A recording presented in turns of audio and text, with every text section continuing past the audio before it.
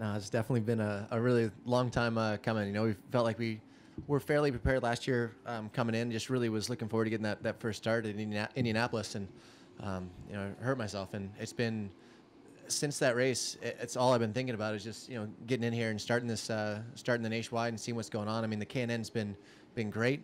You know, been learning a lot. Doing a lot of testing with the Nationwide car. Now with RAB, you know, in conjunction with all the guys that have been really helping out still through Michael Waltrip. It's been and Matt Crafton. It has been a long road of, hey, how are you going to do? When are you going to race? I'm like, I really don't know. And you know what? We're going to go out here, and I finally get a chance to have some fun tomorrow. So I'm really pumped. Tonight's K&N race, Travis will be in the 99 iRacing Toyota, and then tomorrow for the Virginia 529 College Savings 250 in the number 99 Boost Mobile Toyota. If you have questions for Travis, we've got the wireless mic. Ashley will bring it to you, and please give us your name and affiliation before you ask. I'm scared. Don't be scared, Travis. How long have I been asking you questions? Yeah, Jamie Little, I'm scared. ESPN. Up to this point, you haven't done a pit stop yet. Have you guys had a chance to practice at all? And are you confident in your abilities? Yep, definitely. No green flag pit stops. Had a couple pit stops here and there, but it's really cool because my cousin Greg was going to be my rear tire carrier, and he worked his way up from the bottom at Waltrip. He's been working 2 years, and then when we switched to RAB, it's Stuart Haas, and he was like all disappointed. He went, and he did a tryout, and he worked his way up, and he was in the last 2 weeks got the spot as my front tire carrier. So it's kind of cool that my cousin will be there in the pits, and everyone's like, how's he going to do? I said, well, he'll probably be a better closer to a tire carrier than I'll be to the. He'll be closer to the best tire carrier than I am to the best racer. So we're going to work our way up from wherever we start from, and we'll do it as a team. So I think the pit stop is going to be, it's going to be something that we'll probably lose time on. But I'd rather lose time a couple tenths of a second than have to do a stop and go. So we'll see what happens. That's probably what I'm most nervous about in this race is actually the pit stops. Any green flag pit stops, I'll be really nervous. So go with David, and then we'll go with Hank. Yes. Okay, I'll go ahead and get it out of the way. David Newton, ESPN.com. Can you talk about the mullet, how you let Jimmy Johnson come at you with a pair of shears? Yeah, I mean, probably not the best sponsor move I could have made for the biggest event in my entire life. But no, it's pretty funny because look, we're here to have to race and to do the best we can, but we're also here to have a good time. And it was really neat that Jimmy took the time and he's like, hey, let's do something fun. And I said, all right, we kind of thought about it. And my granddad did an ice dive where he dove through the ice and up on the other side, and then my dad did it. And I said, well, that's something that's pretty crazy that I've want to get off the bucket list that shouldn't hurt me unless we get lost, and then that shouldn't still hurt me. I'll just be frozen under the ice. So we decided that seemed like the only thing that I can really do now. And now I have a mullet, and I got to keep this mullet until I win something. I'm thinking that to keep my marriage, I might have to go to a go-kart track after this weekend. But hopefully, I'm really looking forward to the K&N race and seeing if I can hopefully get that cot chopped off the end of the day today.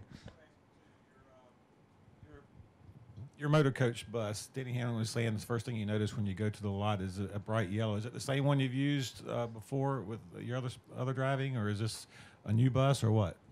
No, it's awesome. I've had that fifth wheel for probably 7 years now. And no, it's good. I mean, all my friends always travel around. They always go to out to California. That bus has been back and forth across the country. It just Hubert, everyone's favorite redneck on the show. He's been driving it around, just stopping by places, riding dirt bikes everywhere. And he got me a golf cart as a surprise because all the NASCAR guys seem to have really sweet golf carts. So that was his gift to me. And so I got a cool golf cart, and I got most of my friends. Unfortunately, are going to be coming up, or not unfortunately, but. I have some pretty rowdy friends and all the Nitro Circus crew. So there'll be about 100 of them all with mullets here at this weekend's race after they saw that video. So it'll be pretty entertaining.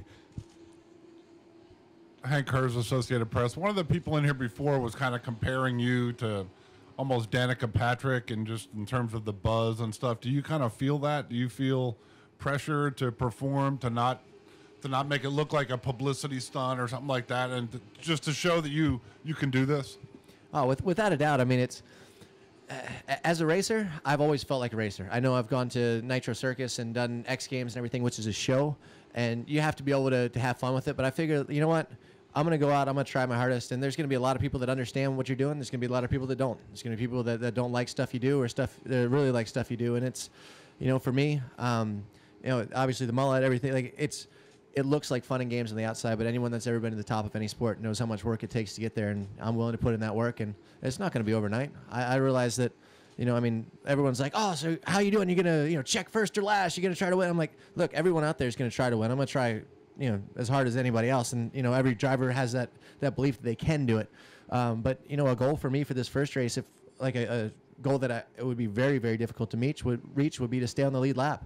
And, you know, that's where we're coming in, and that's where we're starting and saying, okay, and even if we don't, okay, that's the goal for the next weekend. I got to make every single lap of these races. I got to get as much experience as I can. And, you know, I'm going to be picked on or made fun of, or I'm sure I'm going to crash some people. I'm going to be a lot of the stories of the topics, and then everything's going to fade away. And it's up to me at that point to find the sponsorship. And I think we got great people around us to keep coming back to these races, even after people don't care. And I'm going to figure out, you know, how to get to the top of this sport. And that's where I want to go. Go to Doug Demmons, Jeff Gluck, maybe a follow-up from Jamie, and then over here to Charlie Leffler. Hey, Travis. Much has been made about your debut in Nationwide being significant because your fan base is much younger and NASCAR's fan base has been trending much older lately. What would you think would be some reasons, just in your mind, in your opinion, about why younger folks don't seem to or haven't been as attracted to NASCAR?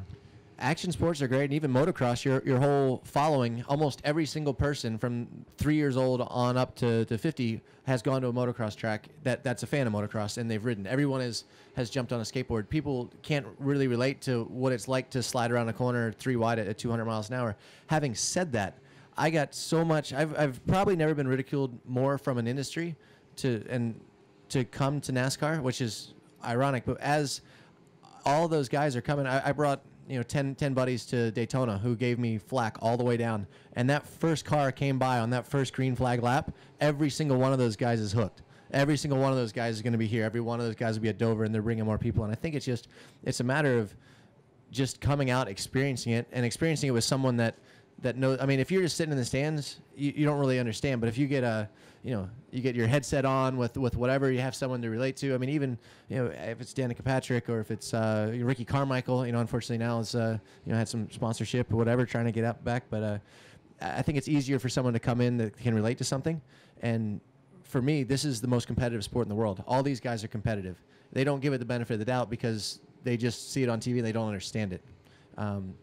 For me, my goal is to do well, because it doesn't matter how big a fan base you have. If you suck, nobody's going to follow you after a while. So my goal is not necessarily to work on the press side of it, but to work on my driving side of it. Jeff Gluck from SBNation.com. You talked about the industry ridiculing you and stuff for coming over here. Well, how about your fans? I mean, they have to be kind of confused in some ways, because I'm sure a lot of them are not NASCAR fans, and they see you tweeting about it and see you on TV doing this stuff now. Like, what do you think their reaction has been? What do you hear from them as far as this move and getting ready to do this? And I mean, you're obviously committed. How do you think they feel about it? What do they make of it? Completely mixed reaction. I mean, there's obviously NASCAR. If everyone's saying, "Oh, NASCAR needs younger audience," that may be true, but you guys still have.